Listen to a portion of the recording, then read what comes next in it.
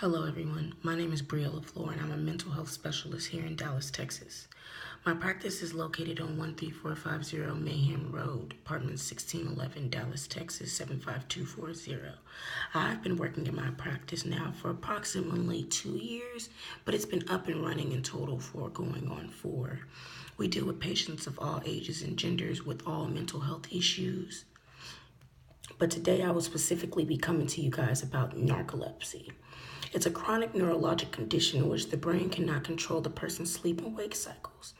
It is an uncontrollable sleep disorder characterized by involuntary sleep episodes, attacks of paralysis, and even hypnagogic hallucinations. In a typical sleep cycle, we enter the early stage of sleep, followed by deeper stages of sleep, commonly known as rapid eye movement. For those with narcolepsy, REM occurs immediately and throughout the sleep cycle, which explains the symptoms. This occurs equally in men and women and is widely underdiagnosed because it approximately affects 1 in 3,000 Americans. It occurs while young, as young as 10 years old, all the way up to 25 years old, but the symptoms could usually go unnoticed, mistreated, and undiagnosed. People with narcolepsy will feel unexplained sleepiness and fall asleep during everyday normal activities. There is no cure for this condition, but I commonly recommend a sleep study or a polysomnogram for detection. Provigil, Nuvigil, and or Adderall medication for each symptom being experienced, and even a bit of counseling, because there is no cure for this disorder. In my actual studies, I had a 21-year-old black female who was admitted for the initial thought of a concussion following a minor car accident. This was resulting from involuntary slumber while behind the wheel. On site, when she arrived to us, an analgesic was given to subdue the headache pains the patient was having. This trauma likely resulted from loss of muscle control, a suggested condition of excessive daytime sleepiness. Symptoms included paraplegia, no feeling of being tired or drowsy, confusion, memory loss, sleep paralysis, and even sleep disruption while under observation.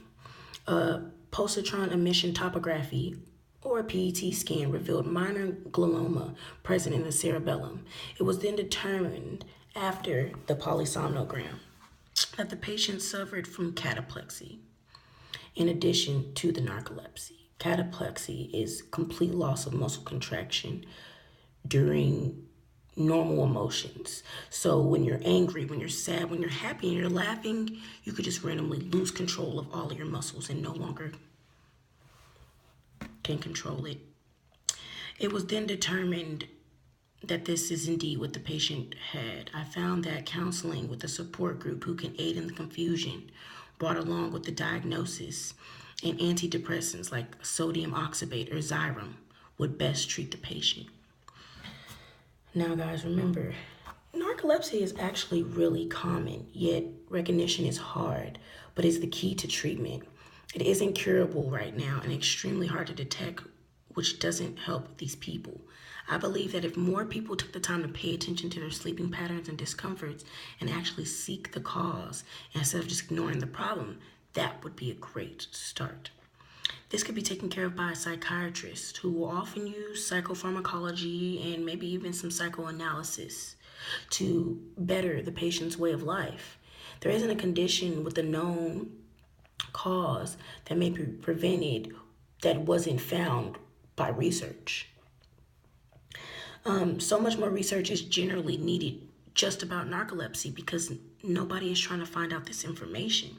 It is of utmost importance to find out specifically if the patient is suffering from the symptom of cataplexy so that a neurologist can further some lab tests, a computed tomography or a CT scan, and or even a magnetic resonance image, an MRI being taken during the physical examination can aid in earlier detection for those unaware of their condition. The disorder affects personal relationships, jobs, and certain everyday activities such as driving, and are no longer safe at the possibility of uncontrollably falling asleep during it. I think the addition of natural herbal remedies could aid in the prevention, like adding ginkgo biloba in just an everyday glass of tea, could aid in the circulation to the brain and prevent narcoleptic effects. Practices of good sleep hygiene, limitation of stimulating foods, exercise, maybe even scheduling naps around your work schedule, and everyday activities can make the patient feel more at ease.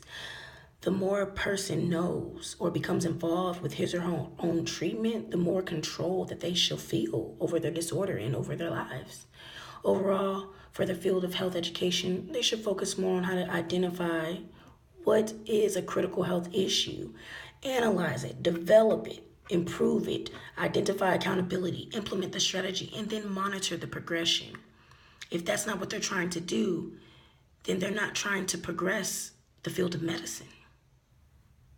Thank you guys for coming here and listening to me today, and hopefully this will invite you to want to do a bit more research about narcolepsy.